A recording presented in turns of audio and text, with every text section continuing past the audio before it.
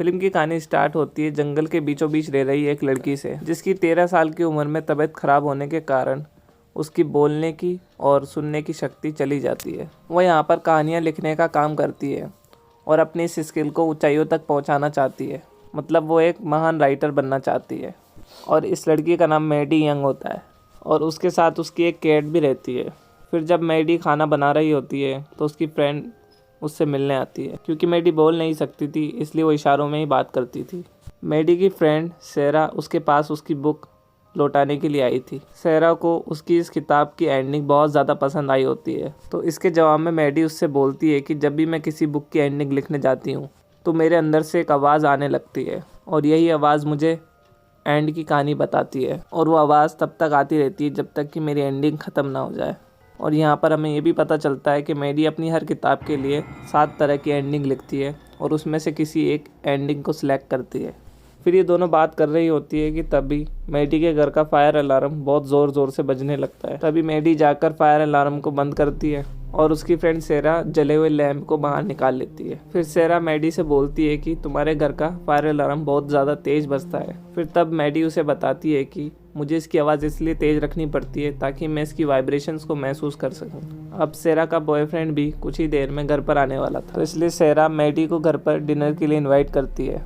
लेकिन मैडी को अपने बुक की एंडिंग लिखनी थी इसलिए वो उसे डिनर पे आने से मना कर देती है। फिर इसके बाद मैडी अपनी बुक स्वीट वाटर के ऊपर काम करने लगती है। इस बार मैडी ने अपनी इस बुक की एंडिंग के लिए 7 एंडिंग लिखी थी और वो इनमें से किसी एक को सिलेक्ट करने में बहुत ज़्यादा कंफ्यूज हो रही थी। फिर इसके बाद वो अपने किचन में जाकर अपनी डेस्क को साफ करने लगती है। लेकिन तभी अचानक से सेरा उसके डोर पर आती है और मैडी से चिल्ला चिल्ला कर हेल्प मांगने लगती है, क्योंकि सेरा के पीछे एक किलर पड़ा हुआ था जिसने मास्क लगा रखा था। लेकिन मैडी क्योंकि बहरी है इसलिए वो सेरा को बिल्कुल भी नोटिस नहीं करती है और वो मास्क वाला किलर आकर सेरा को पीछे से मार देता है और सेरा जान से मर जाती है। और मैडी के कोई भी इशारा ना करने पर किलर समझ जाता है कि मैडी सुन नहीं सकती है। फिर मैडी अपनी सिस्टर मैक्स से वीडियो कॉल पर बात करने लगती है। लेकिन तभी किलर उसके रूम में आ जाता है और वहाँ से उसका फ़ोन ले लेता है। तो वीडियो कॉल में उसकी बहन को उस किलर की परछाई दिखाई देती है, तो वो मैडी को उस परछाई के बारे में बोलती है। तो मैडी इस बात पर ज़्यादा ध्यान नहीं देती और कहती है कि शायद वो मेरी बिल्ली की परछाई होगी। फिर मैडी अपनी कैट को खाना खिलाने के लिए उसे यहाँ वहाँ ढूंढने लगती है, लेकिन उसे उसकी कैट कहीं भी नहीं मिलती। फिर वो अपना लैपटॉप चलाने लगती है।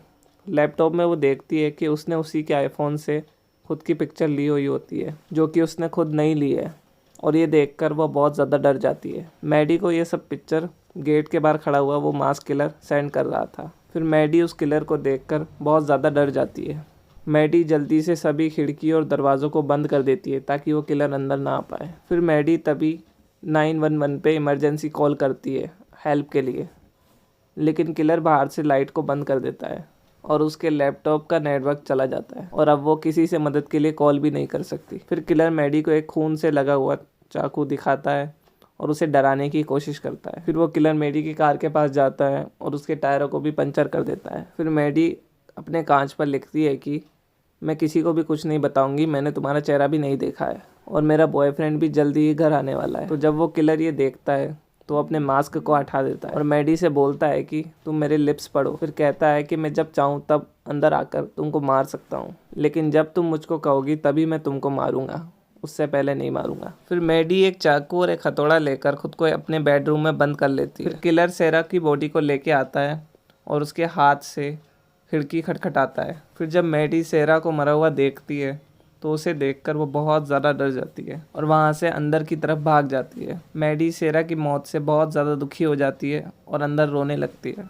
फिर रोते रोते अचानक से मैडी को एक आइडिया आता है। वो अपनी कार की चाबी लेती है और किलर को डिस्ट्रैक्ट करने के लिए अपनी कार की लाइट्स को ऑन कर देती है, जिससे कार का अलार्म भी बजने लगता है। फिर किलर कार के पास जाता है और उसे तोड़कर उसका अलार्म बंद करने लगता है।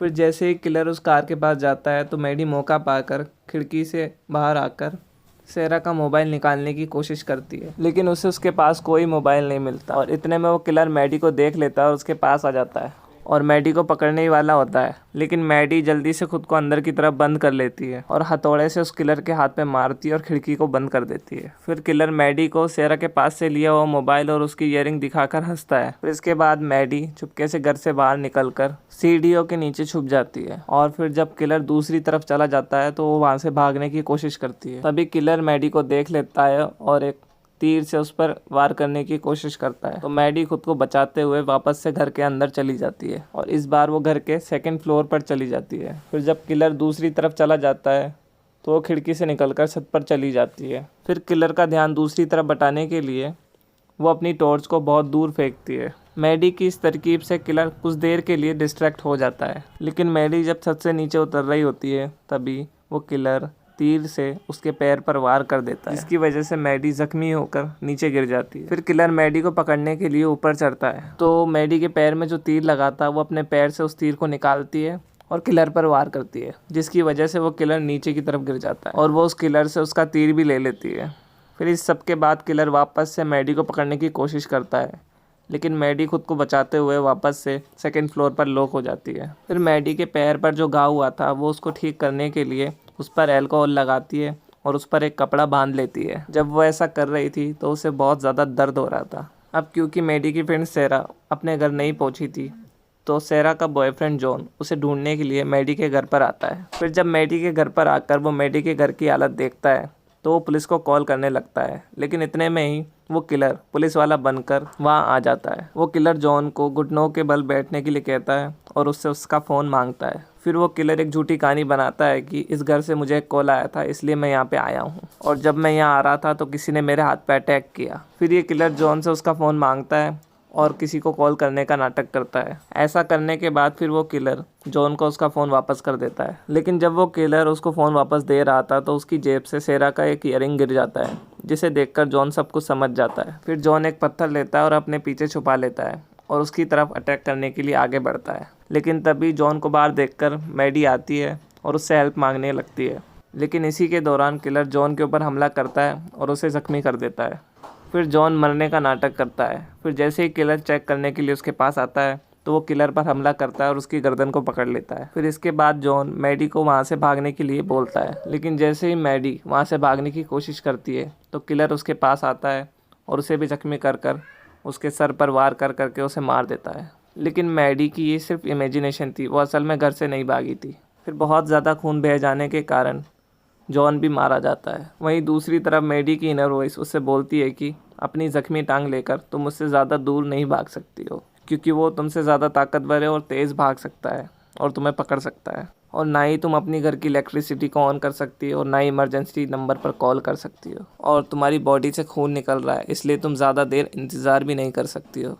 अब अगर तुम्हें अपनी जान बचानी है तो तुम्हें उसे मारना होगा। फिर इधर हम देखते हैं कि किलर जॉन की पॉकेट से सिगरेट निकाल कर पी रहा होता है। तभी मैडी की कैट वहाँ आ जाती है। वो उसकी कैट को पकड़ लेता है और मारने ही वाला होता है। तभी मैडी वहाँ आ जाती है और क्रॉसबो से उसके ऊपर एक तीर मार देती है और फिर से घर के अंदर भागने की कोशिश करती है। तभी किलर उसके पीछे आता है और हड़बड़ी में मैडी के हाथ से उसका तीर गिर जाता है, जिसे वो उठाने की कोशिश करती है और इस वजह से उसका हाथ बाहर ही फंस जाता है और फिर किलर उसका हाथ अपने पैर से दबाता है और उसे तोड़ देता है। इसकी वजह से मैडी को बहुत ज़्यादा दर्द होता है और वो साइलेंटली चिल्लाने लगती है। लेकिन फिर मैडी हिम्मत से उठती है और दरवाजे पर डू इट लिखती है। ये देखकर किलर को बहुत ज़्यादा गुस्सा आ जाता है और वो एक रॉड लेकर दरवाजे को तोड़ने लगता है। फिर इसके बाद मैडी अपने लैपटॉप को ऑन करती है और उस किलर के बारे में लिखती है। हाइट 5 फुट 9 इंच, आँखों का रंग हरा कलर का, भूरे कलर के बाल और गर्दन पर एक छोटा सा टैटू, और एकदम लास्ट में लिखती है कि वो उससे लड़ते लड़ते मारी गई। फिर इसके बाद मैडी अपने बाथरूम में छुप जाती है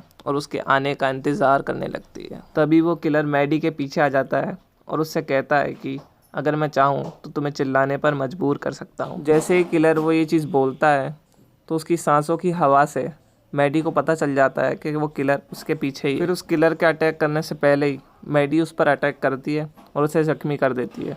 अब इतना सब करने के बाद भी मैडी की हालत भी बहुत ज़्यादा ख़राब हो चुकी थी। इसके बाद वो अपने किचन में जाती है और वहाँ बेहोश होने का नाटक करती है। फिर जब किलर उसके पास आता है तो वो उसकी आंखों पर कीड़े मारने वाली दवा छिड़क देती है, जिसकी वजह से किलर की आंखें बहुत ज़्यादा जलने लगती है और वो चिल्लाने लगता है। इसके बाद मैडी अपने फायर अलार्म को ऑन कर देती है, जिसकी वजह से वो किलर उस आवाज़ को सुनकर और भी ज़्यादा परेशान हो जाता है और मैडी को नीचे गिराकर उसका गला दबाने लगता है। लेकिन मैडी के हाथ एक स्क्रू लग जाता है और फिर मैडी उस स्क्रू को लेकर उस किलर की गर्दन पर ज़ोर से मारती है, जिससे उस किलर का बहुत ज़्यादा खून निकलता है और फाइनली वो मर जाता है। फिर इसके बाद मैडी उस किलर की जेब में से अपना फ़ोन निकालती है और इमरजेंसी नंबर पर कॉल करती है। फिर वो अपनी कैट को लेती है और वहाँ पुलिस के आने का इंतज़ार करने लगती है। फिर इसके थोड़ी देर बाद ही पुलिस वहाँ आ जाती है और फाइनली मैडी को अब जाकर सुकून मिलता है और ये पिक्चर यहीं पर ख़त्म हो जाती है।